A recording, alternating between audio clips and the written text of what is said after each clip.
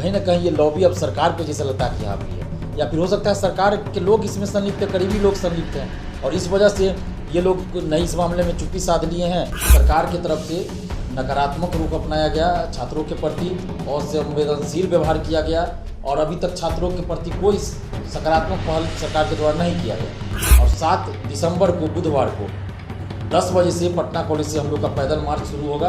ये आपको अमरिंदर कुमार को हटाइए जो 7 साल से जमे हुए हैं, इसके साथ साथ और भी जो अधिकारी या कर्मचारी 3 साल से ज़्यादा समय से बीपीएससी ऑफिस के अंदर, उन सबको हटाया जाए। और इसमें इस आंदोलन में हमारा एक और मुद्दा शामिल होगा कि DSSC CGL 3 सचिवालय सहायक की जो बहाली है, जिसकी परीक्षा 23-24 दिसंबर को है, तो उसमें पारदर्शिता लाई जाए। या धांधली सेटिंग की 1 वर्ष सीबीआई जांच हो जाएगी, तो वो सभी शिक्षा माफिया पकड़े जाएंगे जो बीपीएससी में सेटिंग कराते हैं, सचिवालय सहायक में सेटिंग कराते हैं, सिपाही दरोगा बहाली में सेटिंग कराते हैं, शिक्षक बहाली में सेटिंग कराते हैं, या अन्य बहालियों में सेटिंग कराते हैं। तो इसलिए ये आवश्यक है कि एक बार सीबीआई जांच हो, पेपर लीक की और धांधली सेटिंग की। और हमारी एक प्रमुख मांग ये भी है कि अपीयरेंस का 10% पीटी का रिजल्ट हो। ये भी हमने अमीर सुहानी जी को कहा था। तो जितने भी शिक्षक हैं उनसे हाथ जोड़ कर 7 दिसंबर को आप कोचिंग बंद करें। एक दिन कोचिंग बंद कर दिया तो क्या हो जाएगा? आपका पढ़ाया हुआ चीज गलत साबित हो रहा है, बीपीएससी उसको सही नहीं मान रही है, तो फिर पढ़ाने का मतलब क्या रहा? इसलिए इस अन्याय के खिलाफ लड़ाई में हम लोग का साथ दीजिए और कोचिंग बंद कर दीजिए। नमस्कार, आप देख रहे हैं द बिहार टॉप। मैं हूं आदेशपुरी। बीपीएससी 67वीं को लेकर छात्रों ने 29 नवंबर को आंदोलन किया था। आयोग ऑफिस के बाहर और मुख्यमंत्री आवास के बाहर भी छात्रों का प्रदर्शन हुआ।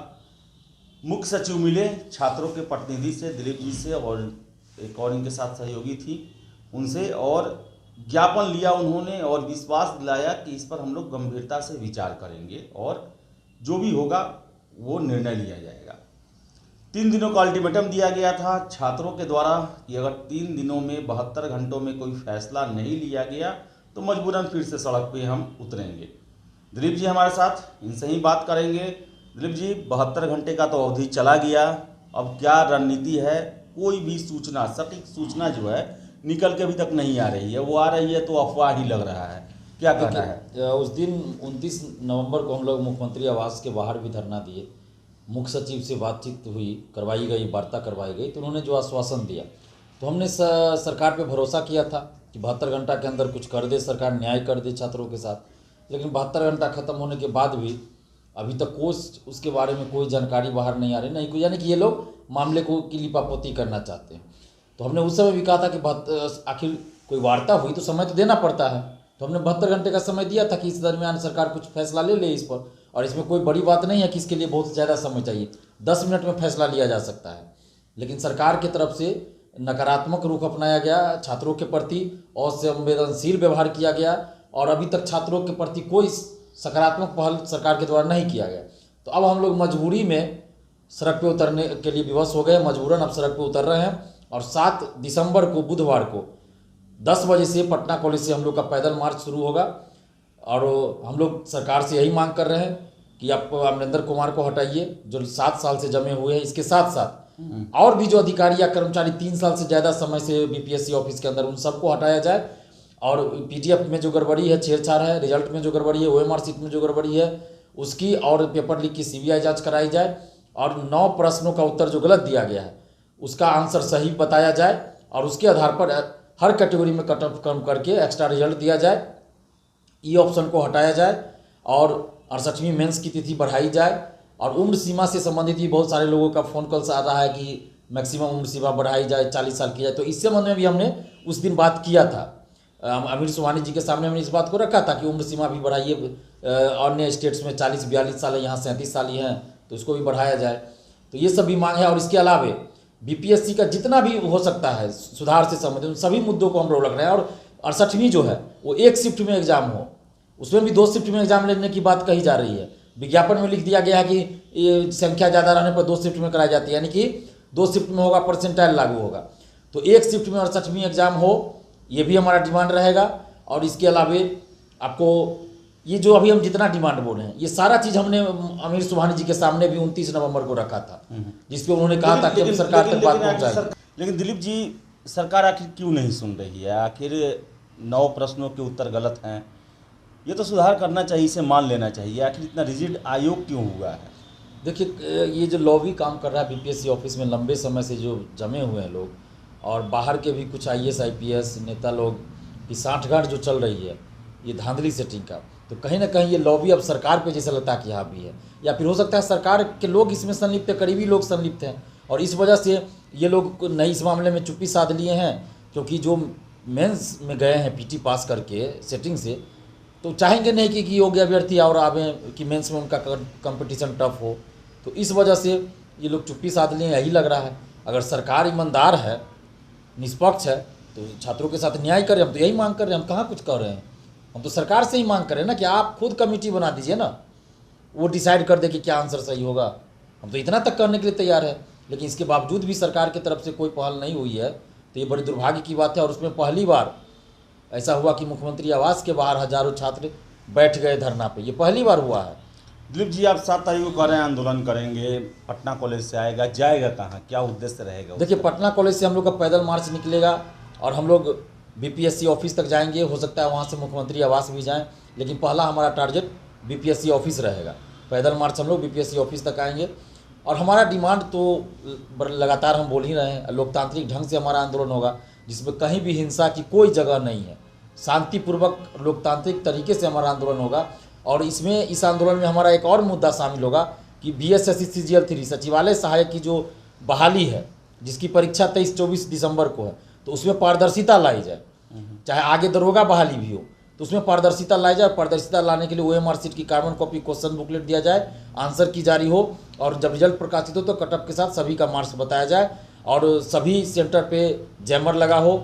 ये जो हमारा डिमांड है पारदर्शिता को लेके, वो इसमें भी शामिल है। इसलिए हम आपके चैनल के माध्यम से समस्त छात्र छात्राओं से अपील कर रहे हैं, ये सिर्फ लड़ाई BPSC के लिए नहीं है, क्योंकि 5-6 लाख स्टूडेंट्स कॉमन है जो BPSC का भी फॉर्म भरते हैं, सचिवालय का भी फॉर्म भरते हैं, दरोगा का भी उसी में से 3 लाख है जो कॉमन है फॉर्म भरते हैं। तो इसलिए आप सभी मिलकर लड़िए, एक प्लेटफॉर्म पे आइए, नहीं तो अलग अलग लड़ते रहिएगा। और आगे सचिवालय की वैकेंसी है, सचिवालय की परीक्षा है, तो उसमें फिर यही धांधली होगी, उसमें तो इससे भी ज़्यादा धांधली होगी। तो इसलिए आप लोग 7 दिसंबर बुधवार को 10 बजे पटना कॉलेज आइए, और वहाँ से हम लोग पैदल मार्च निकालेंगे, ताकि सरकार तक एक मैसेज आए कि बिहार के छात्र छात्राएं एकजुट होकर अपने हक और अधिकार के लिए लड़ रहे हैं। क्योंकि अगर अभी आप चुप रहिएगा तो सचिवालय सहायक में भी फिर इससे भी ज़्यादा धांधली होगी, तो फिर उस समय क्या लड़िएगा, कौन आएगा आपके लिए लड़ने के लिए? दरोगा बहाली में वही हाल है, सिपाही बहाली में वही हाल है। तो एकजुट होकर लड़े। शिक्षक अभ्यर्थी वैसे ही सड़क पे है, तो सभी लोग एकजुट होइए, और 7 दिसंबर को 10 बजे पटना कॉलेज आइए, सुबह 10 बजे, और वहाँ से हम लोग पैदल मार्च निकालेंगे। और सारा मुद्दा इसमें स्टूडेंट से जुड़ा हुआ, जो प्रतियोगी छात्र हैं उनसे जुड़ा हुआ सारा मुद्दा है। आप सभी आइए, क्योंकि एक बार अगर CBI जांच हो जाती है ना, पेपर लीक की या धांधली सेटिंग की, एक बार CBI जांच हो जाएगी, तो वो सभी शिक्षा माफिया पकड़े जाएंगे जो BPSC में सेटिंग कराते हैं, सचिवालय सहायक में सेटिंग कराते हैं, सिपाही दरोगा बहाली में सेटिंग कराते हैं, शिक्षक बहाली में सेटिंग कराते हैं, या अन्य बहालियों में सेटिंग कराते हैं। तो इसलिए ये आवश्यक है कि एक बार CBI जांच हो पेपर लीक की और धांधली सेटिंग की। तो इसके लिए आप सभी को मिलकर लड़ना होगा। ये किसी एक की लड़ाई नहीं है, ये बिहार के करोड़ों युवाओं की लड़ाई है। तो इसलिए आप लोग आइए, घर मत बैठे रहिए, नहीं तो फिर जो लोग PT भी पास कर गए, आप सोचिए ना कि एग्जाम किस तरह से हो रहा है, किस परिस्थिति में हो रहा है, आप क्या कर लीजिएगा। मेंस में धांधली हो जाएगी, कॉपी में ही नंबर आपका काट दिया जाएगा, जैसे कि पहले काट दिया जा रहा है, तो फिर उसमें क्या कीजिएगा। PT पास करना ये नहीं दिखाता है कि आप क्वालिफाई कर गए, फाइनल सिलेक्शन हो गया। असली खेला मेंस और इंटरव्यू में होता है। और जो लोग घर बैठे रहते हैं, चाहे वो PT पास किए हों या फेल किए हों, बहुत लोग कहेंगे कि 68वीं की वैकेंसी आ गई है, तो 68वीं में क्या कर लीजिए। जब 67वीं में 800 सीट रहते हुए नहीं हो रहा है, तो फिर 68वीं में तो 281 सीट है, उसमें क्या होगा। और हमारी एक प्रमुख मांग ये भी है कि अपीयरेंस का 10% PT का रिजल्ट हो। ये भी हमने आमिर सुबहानी जी को कहा था।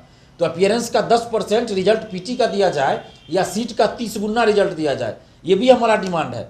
तो आप सोच लीजिए, अगर आप 68वीं के भी एस्पायरेंट है, अभ्यर्थी हैं, तो आपको आना चाहिए, क्योंकि 68वीं में तो 281 सीट है। अगर सीट का 10 गुना सीट देगा तो कितना रिजल्ट होगा, आप सोच लीजिए कितना रिजल्ट आएगा। तो आप कहाँ जाइएगा, 3000 3,500 रिजल्ट में आप कहाँ कैसे हो पाएगा, कितना कटअप जाएगा उसका, फिर सोचिए। तो इसलिए सीट का 30 गुना या फिर अपीयरेंस का 10% रिजल्ट दिया जाए, ये हमारा डिमांड है। तो 68वीं के भी जो अभ्यर्थी है वो लोग भी आइए, और 68वीं में आपको परसेंटाइल लागू ना हो, एक शिफ्ट में एग्जाम हो, ये भी मांग है। तो आप सभी लोग आइए। और 67वीं में जो लोग असफल भी हुए हैं उनको भी आना है, सभी लोग को आना है, क्योंकि ये एक दिन की लड़ाई नहीं है, ये एक दिन की बात नहीं है, 67वीं की बात नहीं है। और 60वीं में भी वही हाल होगा, आगे भी वही होगा, दरोगा बहाली, सचिवालय सहायक बहाली, सब में वही होगा। तो कहीं ना कभी इसका अंत होना चाहिए।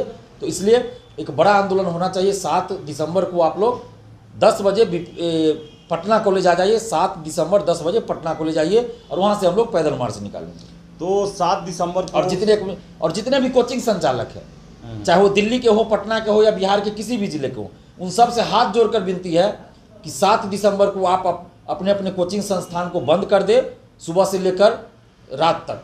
और जो पटना के शिक्षक है वो 9:30 बजे से लेकर 5 बजे तक कोचिंग बंद कर दे। ये आपसे हाथ जोड़कर विनती है। और जो भी कोचिंग खोले रखेंगे, इसका मतलब होगा कि उनको छात्रों से कोई मतलब नहीं, उनका सिर्फ पर्पस है छात्रों से पैसा ऐंठना, पैसा कमाना, बिजनेस करना। तो जितने भी शिक्षक हैं उनसे हाथ जोड़कर विनती है कि 7 दिसंबर को आप कोचिंग बंद करें। एक दिन कोचिंग बंद कर दिया जाएगा तो क्या हो जाएगा?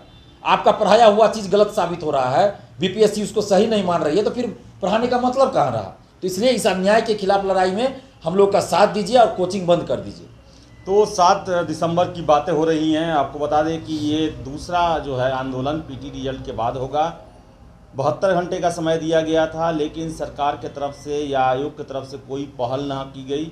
9 क्वेश्चनों को, गलत क्वेश्चनों को हटाने को लेकर या उसको लेकर कोई भी विचार जो है और कोई सटीक सूचना निकल के नहीं आ पा रही है। इसी कारण हम भी आपको कुछ भी अपडेट नहीं दे पा रहे हैं और यही कारण है कि छात्रों को मजबूरन फिर से एक बार आंदोलन की तरफ जाना पड़ रहा है। तो देखिए आगे क्या होता है और हम आशा करेंगे कि सरकार इन बातों पर गंभीरता से विचार करे और जल्द से जल्द इस दिशा में कोई कदम जरूर उठाए।